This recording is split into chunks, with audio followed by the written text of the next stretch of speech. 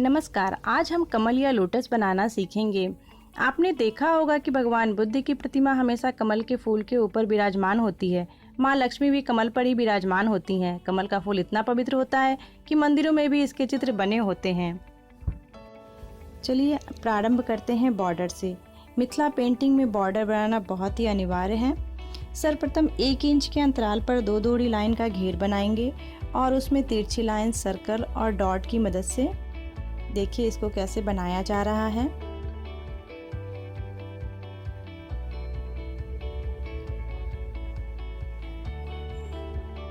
यहाँ कचनी का प्रयोग किया जा रहा है। सीधी कमल विभिन्न प्रकार के आकारों में आता है।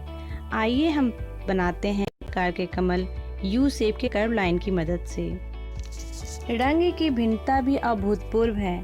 नीले से बैगनी से गुलाबी से पीले, नारंगी, लाल, सफेद तक यहाँ दाह का कमल बनाया जा रहा है।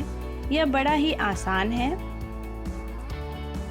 और इसकी विशेषता यह है कि इसके भीतरी भागों में हमेशा हरे रंग का ही प्रयोग किया जाता है। ये देखिए, इसे आप रंगों से, तिरछी लाइन के कचनी से भर सकते हैं।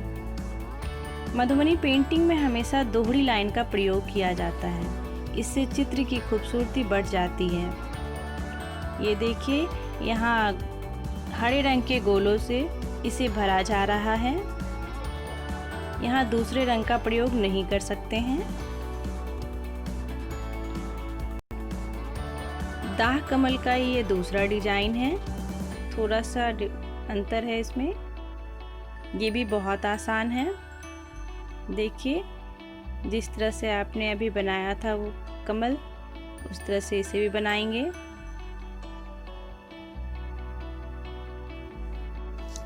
फूल का आकार भी बहुत दिलचस्प है। यह बहुत ही सममित या असममित हो सकता है। यहाँ देखिए, यू शेप के कर्व लाइन की मदद से एक भिन्न प्रकार का कमल बनाया जा रहा है। यह बहुत ही आसान है। फूल के नीचे पत्तियां और डंठल बनाई जाती हैं। कचनी और डॉट के प्रयोग से ये फूल और भी खूबसूरत दिखता है।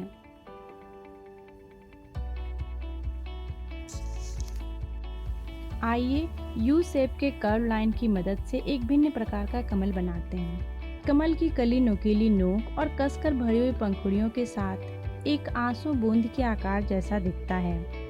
नीचे छोटी छोटी पत्तियां बनाएंगे और पतली लंबी डंठल बनाएंगे। दोहरी लाइन का प्रयोग करेंगे। कचनी और डॉट से कलियों को भरेंगे। विभिन्न रंगों के प्रयोग से इसे और खूबसूरत बनाया जा सकता है। सत्यम शिवम सुंदरम का रूपक रचता है कमल पुष्प। इसे कई कलियों से बनाएंगे। राजसी पुष्प कमल के मध्य भाग में डॉट या सर्कल का प्रयोग किया जा सकता है। इसकी कलियों को सजाने के लिए विभिन्न प्रकार के आकारों, कचनी, इन सब का प्रयोग किया जा सकता है। यहाँ देखिए, यहाँ विभिन्न प्रकार के आकार, कर्व लाइन, सर्कल, सीधी कचनी, इन सब के प्रयोग से इनके कलियों को भरा जा रहा है।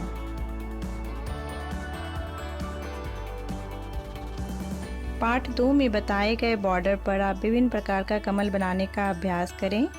कमल की कलियों को भरने के लिए आप पार्ट 1 में बताए गए कचनियों का प्रयोग करें।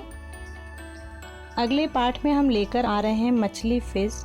हमारे साथ बने रहें। वीडियो देखने के लिए बहुत बहुत धन्यवाद।